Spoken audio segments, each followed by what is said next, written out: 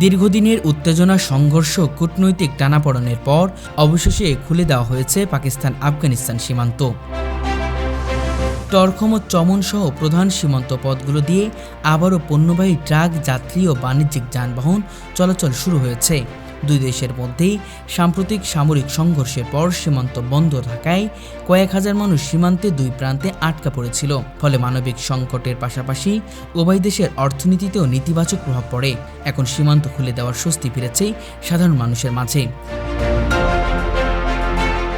অনেকে বলেছেন এটি দুই মুসলিম প্রতিবেশী রাষ্ট্রের মধ্যে সম্পর্কে স্বাভাবিক করার প্রধান পদক্ষেপ হতে পারে। পাকিস্তান সরকার জানিয়েছে, মানবিক দিক বিবেচনা করে সীমান্ত পুনরায় চালু করা হয়েছে, তবে নিরাপদ জোরদার করা হয়েছে পূর্বের তুলনায় অনেক বেশি। পাকিস্তানের পররাষ্ট্রমন্ত্রী এক বিবৃতিতে বলেন, আমরা শান্তিপূর্ণ সহাবস্থান চাই, কিন্তু আমাদের নিরাপত্তার বিষয়ে কোনো আপোষ হবে না। অন্যদিকে আফগান তালেবান প্রশাসন জানিয়েছে, তারা সীমান্তের স্থিতিশীলতা বজায় রাখতে পাকিস্তানের সঙ্গে ঘনিষ্ঠভাবে কাজ করতে আগ্রহী।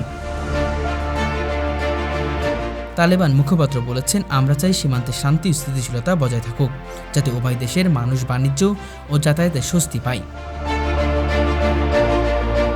প্রতিদিন টন টন পণ্যবাহী ট্রাক আফগানিস্তানের মধ্য দিয়ে রাশিয়ার বাজারে যায়। আবার আফগানিস্তানের খাদ্য ও জ্বালানি বড় অংশে আসে পাকিস্তান থেকে। সীমান্ত বন্ধ থাকায় গত কয়েক মাস ধরে কোটি কোটি ডলারের বাণিজ্য ক্ষতি হয়েছে বলেই জানিয়েছে আফগান বাণিজ্য মন্ত্রণালয়। তাই সীমান্ত খোলার ফলে ব্যবসায়ীরা এখন কিছুটা আশার আলো দেখেছেন। আন্তর্জাতিক মহলও এই পদক্ষেপকে স্বাগত জানিয়েছে। জাতিসংঘ ও ইসলামী সহযোগিতা সংস্থা ওআইসি এক যৌথ বিবৃতিতে দুই দেশের সংলাপ ও কূটনৈতিক উপায়ে সমস্যার সমাধান আহ্বান জানিয়েছে। যুক্তরাষ্ট্র জানিয়েছে, আঞ্চলিক স্থিতিশীলতার জন্য এটি একটি ইতিবাচক অগ্রগতি।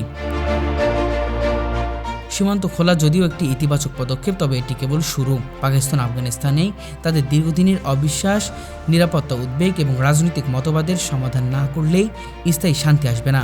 সীমান্ত খোলার মাধ্যমে যে আশা জেগেছে তা বাস্তবে রূপ নিতে হলে উভয় দেশকে আন্তরিকতা ও আস্থার ভিত্তিতেই ভবিষ্যতের দিকে এগিয়ে যেতে হবে।